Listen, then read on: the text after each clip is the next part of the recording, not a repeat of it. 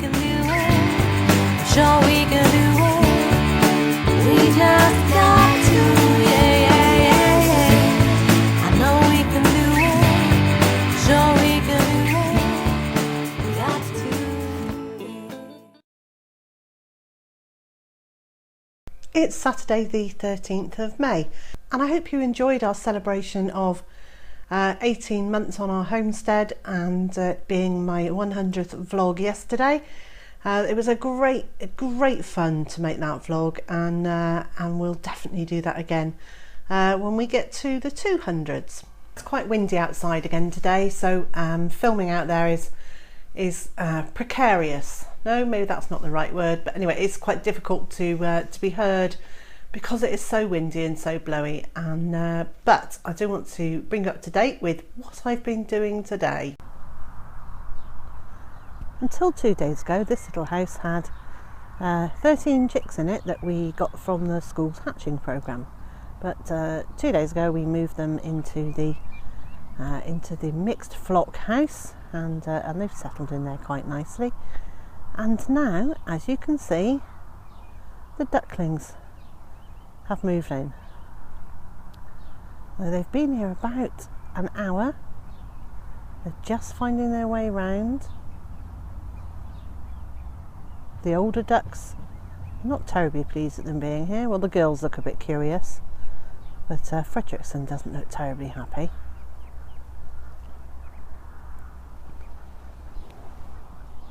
The ducklings are just having a good look around and exploring their new surroundings.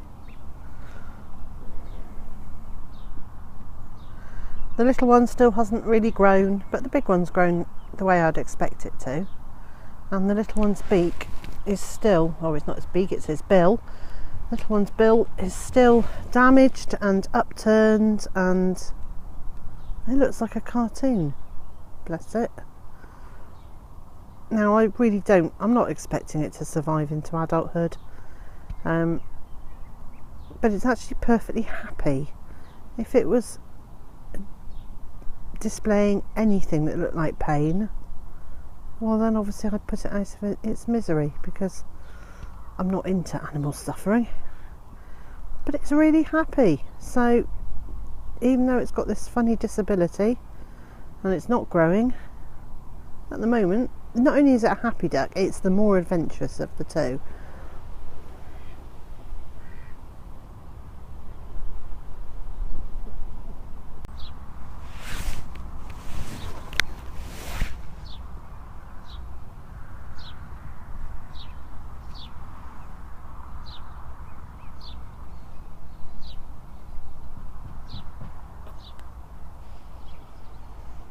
I'm not even sure how that little one eats. It does seem to be.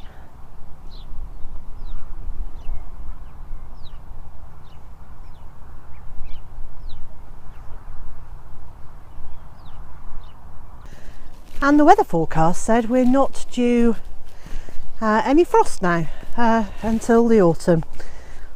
Or at least it said we're not due any for about the next 10 days, and then after that I'm not worried about it anyway. So I then decided that the best thing to do would be to plant the beans out.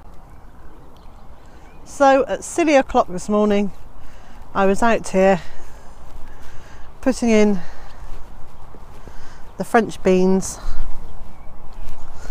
Now they were, I don't know, maybe there were about 5 beans per module, and there were 48 modules, so that's an awful lot of beans. And hopefully they'll all grow, because it would be lovely to stock up the freezer. And on the other side of the parsnips that I'm leaving to go to seed, I have planted the leeks. So they're in here, not looking like grass anymore. 3 rows of leeks, and they'll stay there until they're about pencil thick, and then I'll plant them out into their permanent positions. So having planted the beans and got the birds up this morning, I then decided I'd tackle a bit more of the fence that goes around the edge of the vegetable garden. And using the pallets that we collected with my friend Claire a couple of days ago, I've extended the pallet fencing. But doesn't it look great? To me it looks more like fencing than the pallets do. So I'm really keen on it, and I'm hoping that eventually we'll be able to get hold of enough of them to be able to go all the way around, because that would be superb. So what I've done is they are lashed together with baling twine, as I often do, and then in between each one there is a pallet to give it a bit of stability and security, because it's mighty windy here, because the view, as you can see, is just open fields, and the wind whistles across between the trees and gives everything here a bit of a battering. So there we go. The pallets going across there all face into the duck enclosure until you get to the end of my vegetable beds, and then I've done a little step coming inwards just to give the ducks enough space to get around where these trees are. They love it in here, they love this bit.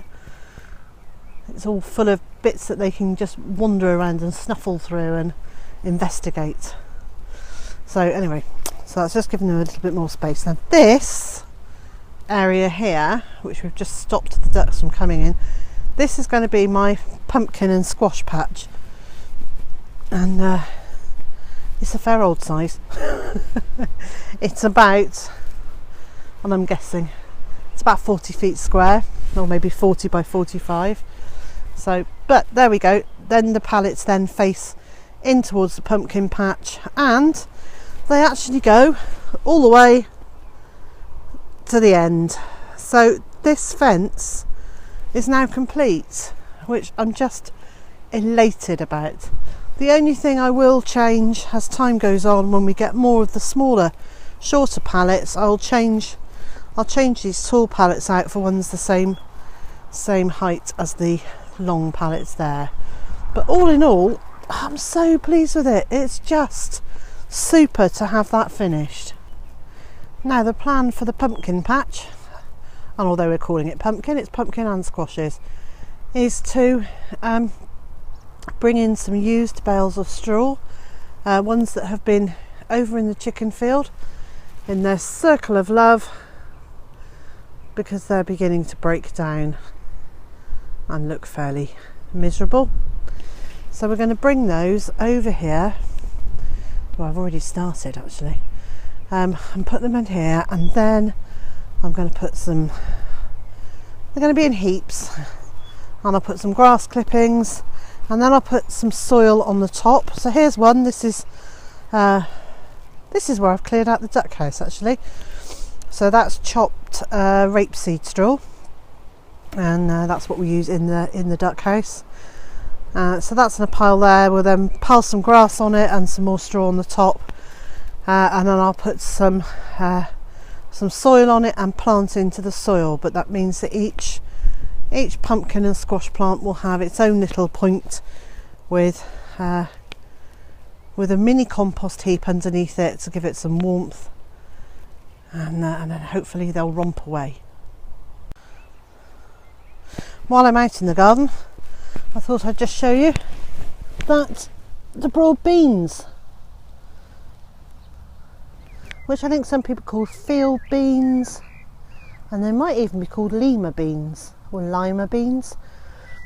Here in the UK they are mostly called broad beans, but they're in flower, so that's very promising. That looks like there could well be a crop there for us. Well, there's much excitement here because we've just been to see Natalie, who we met on Twitter, and she is a coordinator for a Hatching in Schools programme, and we've just picked up 10 little Indian runner ducklings.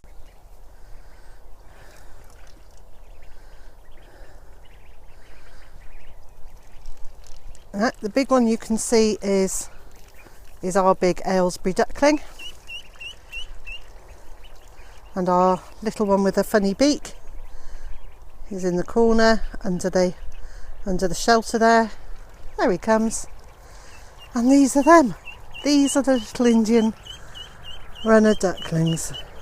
Now, Frederickson, our duck, is really not impressed. He is cross. He's cross at all these new people arriving. Off he goes. Running around the outside of this pen. Most put out.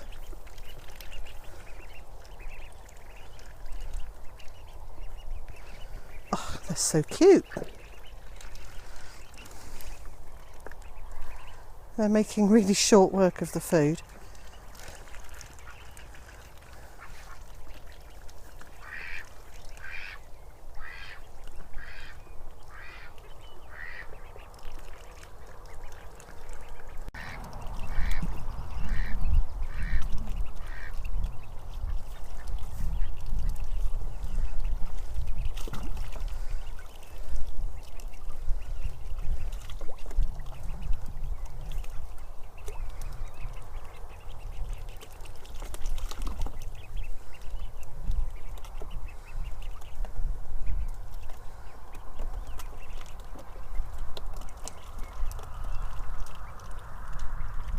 If you've enjoyed this vlog, please press the little thumbs up button, leave a comment, share it on social media, and of course if you haven't yet subscribed, please hit the subscribe button and the little bell next to it to get notifications each time I upload a new video.